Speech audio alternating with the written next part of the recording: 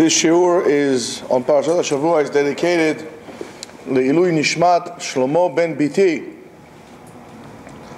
and is also dedicated to the Hatzlacha Parnasa of our dear friend Yonatan ben Yonatan Rachamim, and to the Hatzlacha of Rachamim ben, what's your father's name? Bechor. Rachamim ben Bechor. And of Fegel Sarah bat Reuven Lev. I was about to say what the Zohar says, but it's not. There are a few issues in this parasha, this week's parasha, Parashat Be'alotcha, in which I would like to talk about. There are many issues, many ideas, but I would like to just touch two of them and then develop one a little bit more. So Bnei Israel were in the desert, and all of a sudden it's the time, here's the time for the first anniversary of them coming out of Egypt. It is the big day. It's the first time that Chag Pesach is being celebrated in an official manner. In other words, it's the first time in history that the Leila HaSeder is being celebrated. It's the first time in history, and hysteria is all over the place. Just can you imagine that? I see that.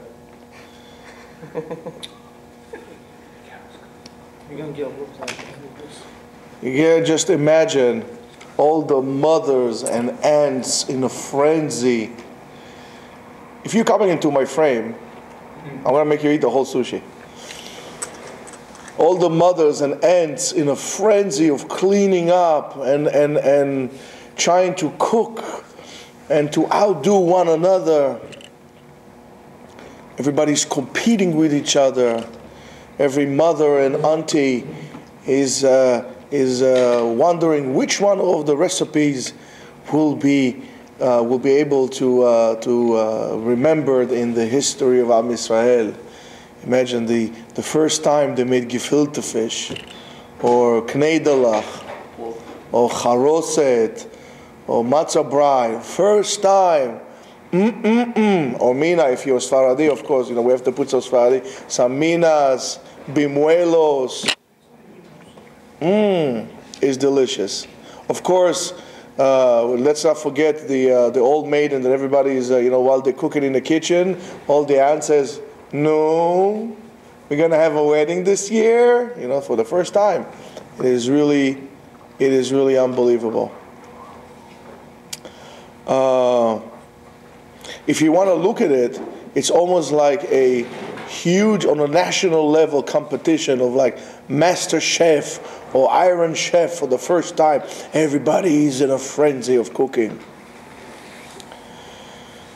But that's interesting, and we can go on with this. No, what is really interesting, that I find to be interesting, is that I think it's the first time in history that we come across the concept of a makeover. Like, if you have a test or final in college and you missed it, you have a makeover. It's the first time in history we have this concept. So if you wonder who came up with this idea, here is the first time of a makeover. And that makeover is the time where if a person was unable to bring the Korban Pesach on the 14th of Nisan, he has a chance to bring it on the 14th of Iyar. This is a month later. If he was Tameh, or he was on the way, and so on and so forth, we give him a second chance. And next to this, or together with this wonderful, considerate commandment, we have a warning. We have the case that who was able to bring it, a person that was tahor and was able to bring it, and did not bring that, Then we say, "V'nichreta nefesh ha'im miben amea, ki korban Hashem lo ikriv." A person who was pure and did not bring this korban when he could have, korban of Hashem, he did not lo ikriv when? That is the magic word, bemoado, on its time. On its time. The word bemoado, on its time, is the chidush, is the new concept that we are dealing with now. In other words, that make-up time is only to a person who did not have a chance, that was forced, not to the one who he didn't really feel like it. I was so tired. Not now. I'll get to it. Kind of a person. We have to see, even though it sounds quite familiar, what does it tell us on a spiritual level? And this is not for a particular individual. There's some people who do it more, some people do it less. But believe it or not, we all have this spiritual element that looks all the time for postponement. Without any connection, without anything to do whether I am ready or I'm not ready, and so on and so forth. And when I say ready is asiyah, for an action. We always want to delay, postpone, come late, to be lazy. There is an unexplained and uncontrollable desire to forbear, to restrain, and to repress. That repression causes us not to be what we call mitlahev.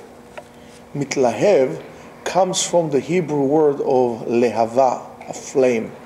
Like a flame that goes up. A person who is excited, he's like a flame, he's bubbling, he's burning. He wants to do something. That, he says, wait a minute, relax. 5 more minutes of sleep in the morning. 5 more minutes. The 5 more minutes will end up to be to 5 more hours of sleep. Just take it easy, a little bit. There's another train coming right after that. So I missed my 7 o'clock bus. I'll take the 7:30 bus. So then I have another half an hour to sleep in bed. That causes us or prevents us from getting excited.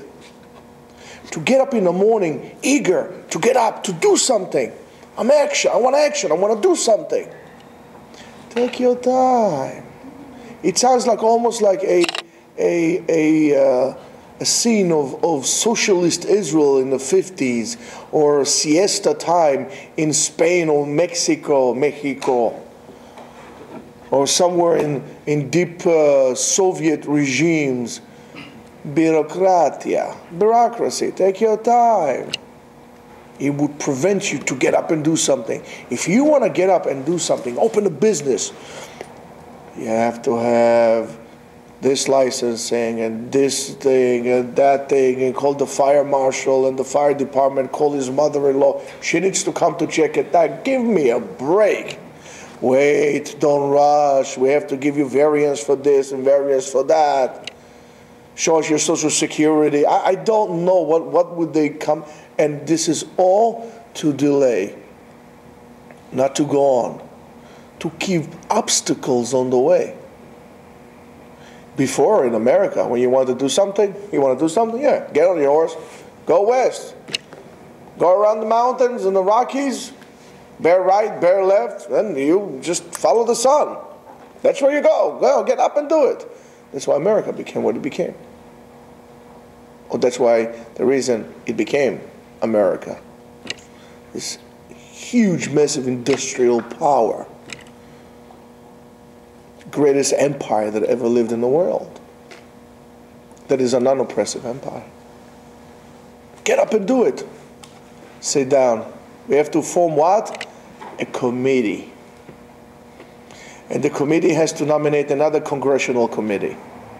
And then we're going to develop some kind of a syndrome that would not allow us. And now I need to have all kind of regulations to do again and over and over. Forget it. I don't want to do business anymore. That's it. Shalom.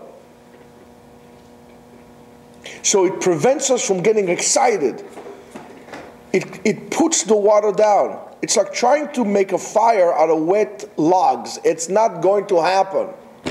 The fire is not intense. That would prevent us not to connect to HaKadosh Baruch Hu. Not to connect from a spiritual point of view. That would prevent us making tshuva, repent, fixing our ways. I see something, it's wrong. Let me change it. Now I'm hot. Let's change it. Let's hit the iron while it's hot. If you ever work with anything that is creative, you know that you need to be on the spot. You can't rest. If you're making a knife or making a blade, you put the thing in the fire. You have to make the fire go all the time. You take the knife out. You hammer it when you can. Hammer. Because if the metal gets a little too cold, you hammer it, you killed it. You have to repeat the whole process again. If you ever work with yeast and bread, it has to be timed. If you're making bread, sometimes you need like every now and then, whatever it is, to rise, little spritz of water. You have to, all the time, deal with it. If you leave it alone, it dies. So you need to be on active duty all the time in your life. You can't sit down and have a siesta. For that, you have Shabbat. 6 days. You have to be in action. 6 days. 7th, it's a spiritual action. Even that is an action. Asiyah ruchanit, spiritual action. That would prevent us to progress. And then we hear the excuse, it's not at my level right now to do that. I would like to keep Shabbat. I would like to do mitzvot. But I'm not at this level now. It's too big for me. I'm too small for that. I'm not such a righteous man. Rabbi, if I was born in a family, I would have done, but I got to take things slowly. Who said you have the time? Who said you have the time? And you will see, Bezat Hashem, later on, what happens when it doesn't happen. And this is the warning. This is the warning that everything has its time. Like Kohelet said. Of course, Peter, Paul, and Mary made a song out of this. Everything, turn, has a reason, right? A time to plant, a time to this, a time to live, a time to die, a time to love, and on and on and on and on. Everything has its time, on its time. Be mo'ado. The word mo'ed is the legal term for a holiday in the Torah. It's not called a holy day. Holiday, so Madonna. It's mo'ado. What's the remez? It has to be on time. You know what? It's not convenient to us right now. Let's postpone Rosh Hashanah in a couple of weeks. It's too busy now. No, now you do it. That's why I don't understand in Israel when they celebrate Yom Ha'atzmaut. They postponed it. By the way, I have a problem with Israeli Independence Day. We were already independent. That's Pesach is Independence Day. Creating, to my very insignificant opinion, a separate Independence Day other than Pesach is, in a way, should we say nicely, dissing the Torah. We were independent in Pesach. How many times are going to come independent? But then again, it's very insignificant what I say. And the time to do it is now. Every single moment, every minute and minute of the day, to be connected to an action. To try tirelessly on, to try to connect. To try to connect to HaKadosh Baruch Hu, to know that I have a job. And when I postpone this job or this action that I need to do, I might be able to accomplish a similar action in a later date. But, pay attention, I would never be able to execute that action ever again in history. It is gone forever. What you need to do now, if you don't do it, could never be done again. So if you need to get up and do something, that's where you need to do it. If you miss prayer one day, that's why for me, the whole concept of make-up, tefillah, I miss my day. Can I daven Arvi twice? Can I do this twice? So hold on 1 second. Why won't you, if you miss Yom Kippurim once, why won't you fast twice? That you don't want to do. I don't understand this concept. It's gone. And we say, Avar Zmano Batal Korbano. The time is past, the Korban is gone. Why it's gone? Because Korban, this sacrifice in which they brought in Beit HaMikdash had to be brought on a specific time in the day. You didn't do it, it's finished. You can't fix it.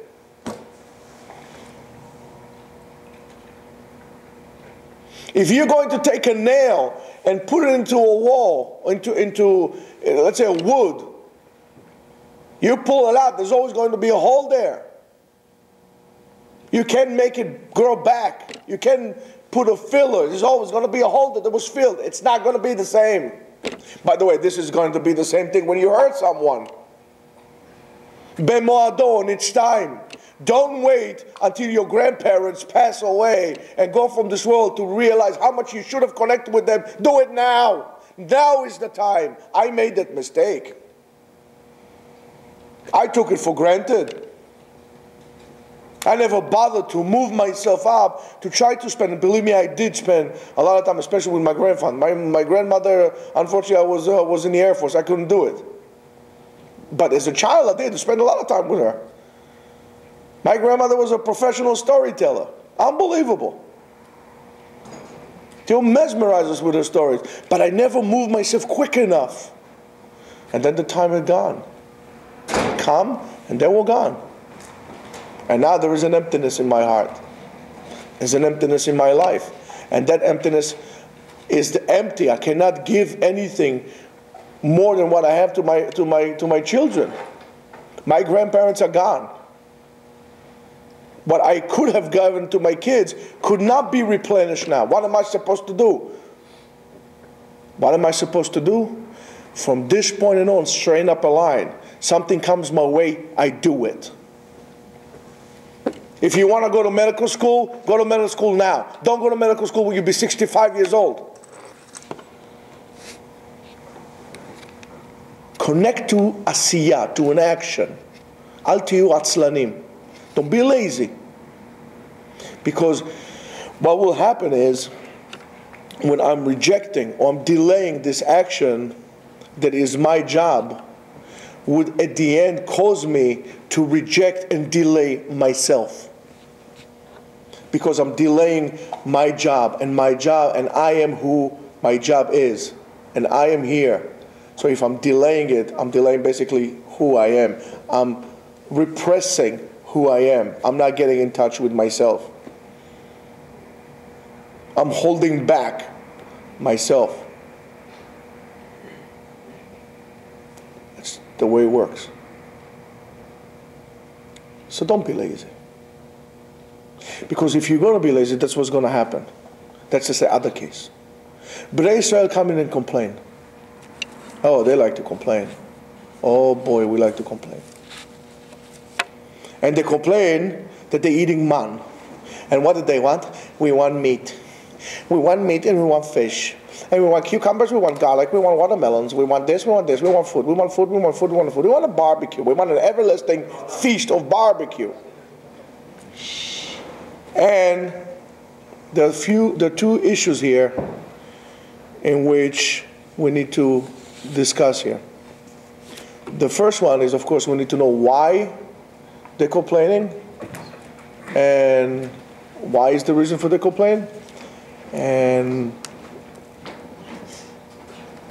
the why and how of the complaint, or what they're complaining about. Rashi explains that that's what is so-called he'elilu alila. Alila in Hebrew means a script, story. So they made up something. Alila is a script. In other words, you know what we're getting here. They want action.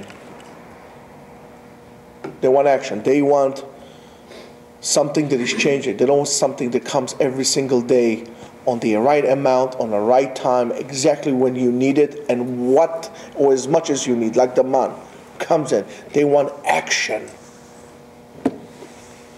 They want a eternal barbecue of eating meat and fish and garlics and onions and all these delights. They want to be so full that they're going to explode. They want to eat until they're going to barf. They're going to eat until they're going to go to the extreme, and then they have to go on a diet. So then it's the diet. And then they're going to go on the diet, and then they'll try the diet, and they're going to eat only watermelons, and they're going to eat only solid food, and only protein, and they're going to go on a South Beach diet, and they're going to go the Long Beach diet, and then they're going to go on I don't know what diet, and then going to go this kind of one, Mediterranean diet. Why don't you try Antarctica diet? I don't know. And then it goes, of course, from diet to diet, and new excitement, and then it doesn't work, and then they go up again. And this is like bipolar of their life. They're up and down, and up and down, and up and down. All their lives is getting a thrill from going from one peak to another, from one excitement to another. They are addicted to extreme. I mean, really, if you come to think about it, who would pick yoga or meditation or Tai Chi over bungee jumping?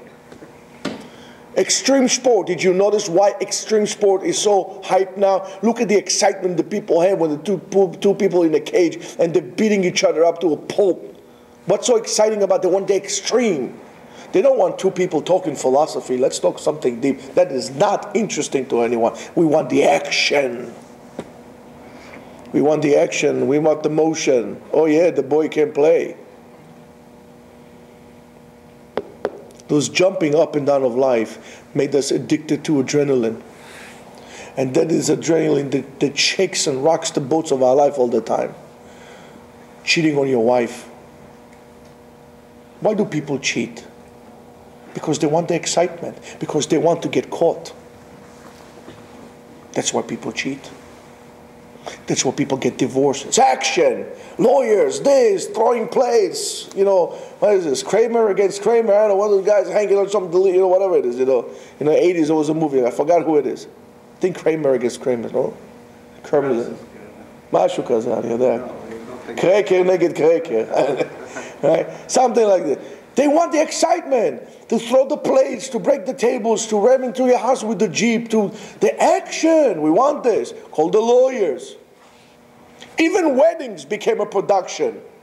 A wedding is not anymore about the deep meaning of a wedding, of how the beginning these two people are going to unite and so on. It's a production with flowers and with the papers flying around in the air and hand grenades. I don't know. Maybe it should come with an AK-47. Throw a couple stun grenades. There will be a lot of action in the wedding. I mean, have adrenaline rushing. I mean, it's going to be wonderful. People don't see the beauty in stability. That's why people pop acid. People want to do that. They want to be up and down. People, want to be down, and then they're going to be up. They don't want to be here. But only if you're going to be here, you're going to be successful. That stability is going to cause you to be successful. And that we don't see. And because of that, we miss the whole entire life. And that's what happens. That script is good for a movie when you're a spectator in a movie. This thing is terrible. It's stupid. It's idiotic. And it's cruel when it's your life that you're living like this. And people get their ideas about life from movies. That's why so many people divorce nowadays. And that becomes a big nightmare. And we'll finish with this. The other thing is that right before they was about to leave from Mitzrayim, from Har Sinai, there's a little delay, like anything else. You know, we always delay something. That's the delay, you see? That's the delay. And imagine like a line on a cruise line, when you have all the yentas from who knows what coming like this. So, right here, you know, the bags and so on. You're standing on a line, and right away they complain. Oof, this is so hot, I'm schwitzing. It's 2 days, every time complain. Which is crazy. You go to the line of the supermarket, you complain. Right away you complain. Complain. Complaining is no good. It's good to a certain extent when you're doing the right thing. But to complain for the sake of complaining, because you have nothing else to do, that's terrible. Look at this way. When you go in line in a supermarket, try to pick up the longest line possible. When you see a woman, she has like stuff like this, and the husband is coming up with 2 other carriages, maneuvering, that's the line that you should go to. You just stand there and you just breathe deep. It's therapy for you. It's called teaching you patience. Laat. And don't complain. And what are they complaining about? I'll make it short. What are they complaining about? They complain about the fish and all that stuff that they ate. What? In Egypt? For free. For free? You ate this for free? You gotta be kidding me. You didn't eat anything for free in Egypt. You were enslaved. They were killing your kids. For crying out loud, they didn't even give you straw to make bricks for free. They ate for free. What are you, crazy? What are you talking about? No, Rashi explained. It wasn't that kind of free. Chinam, it was free. Mitzvot. Before in Egypt, I didn't have to do mitzvah. I ate without a bracha, no bracha rishona, no bracha achona. I want to eat cheeseburger, I ate cheeseburger. No rules, no nothing. Free from mitzvot. There was avodat parich, but there was a physical work. Spiritual work, that nobody wants to do. Why is that? Because when I feel that I need to do a mitzvah, I feel, okay, I better be a good boy, I better keep Shabbat, so Hashem will be nice to me, like this He can give me more I want. Hold on, let me just give you a list. I want the car, I want the house, I want this, I want this, I want a lot of stuff. I'll be a good boy, I'll do what I want, you do what you, I'll do what you want, and you do what I want. That's what it is. We'll make a business with HaKadosh Baruch Hu, bartering here. That's why we're good businessmen. Why? Because we're always business with Hashem. And then, He doesn't give to, hey, yeah, mazeh, I didn't want it to do. What kind of thing is that? I'm complaining. I am complaining. Because I don't understand what this is all about. Our attitude is that I'm doing the mitzvot in order to get the food, right? So therefore, my job is to do the mitzvot. My reward is the meat, the flesh, the food. Show me one person who has a job, regardless of what he's making, that he's not going to tell you he's underpaid. So when you do, you say, listen, I work for you, I'll do the mitzvot, you pay me. Hey, hello, mucho trabajo, poco dinero, I need to get more, pay me more. This is not good. Why are you giving me so little? I don't want meat. I don't want man, I want meat. I don't want this kind of meat, I want that kind of meat. Yes, sir. Watch now. I'm coming back in 5 minutes, okay? Okay? Now, so when you have an attitude of doing the mitzvot as a business, then you complain. And that causes us to distort reality. To distort reality to the point that slaves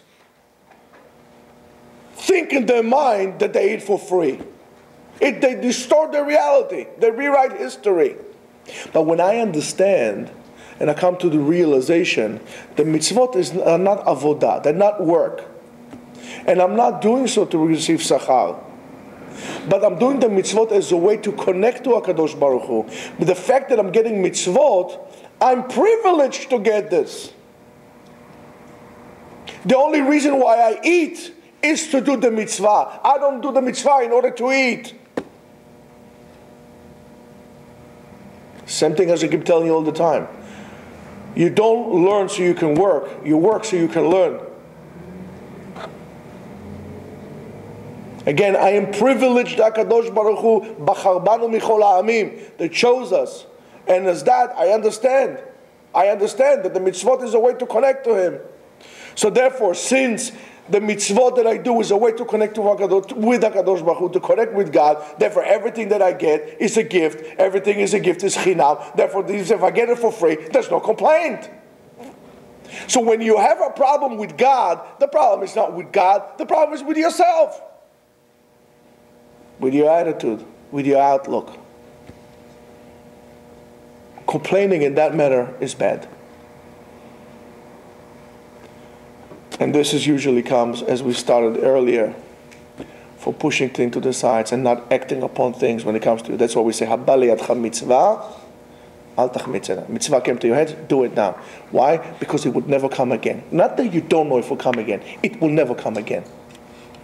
And right now, you are lucky enough to be able to sit here and learn. Don't be so quick and eager to cash your chips in and bail out of here. You're giving time to learn. This time will never come again. You will never be again 20, 25 years old, 30 years old. You will never be, believe me, I know, I've been there. No, you would stay at that age. Today, the day is over. You put it in the archives. You cannot extend this day. So take advantage of the days that are given to you while you have them, because they will never come again. That's why it's not important what happened. It's not important what will happen. It's important what are you doing now. Bezat Hashem, I hope this Divrei Torah would really be a zchut for all the people that we ask for, and we should realize the zchut that HaKadosh Baruch Hu is giving us, with the merit that He's giving us with the mitzvot and doing the mitzvot. Amen. Ken Yiratzon.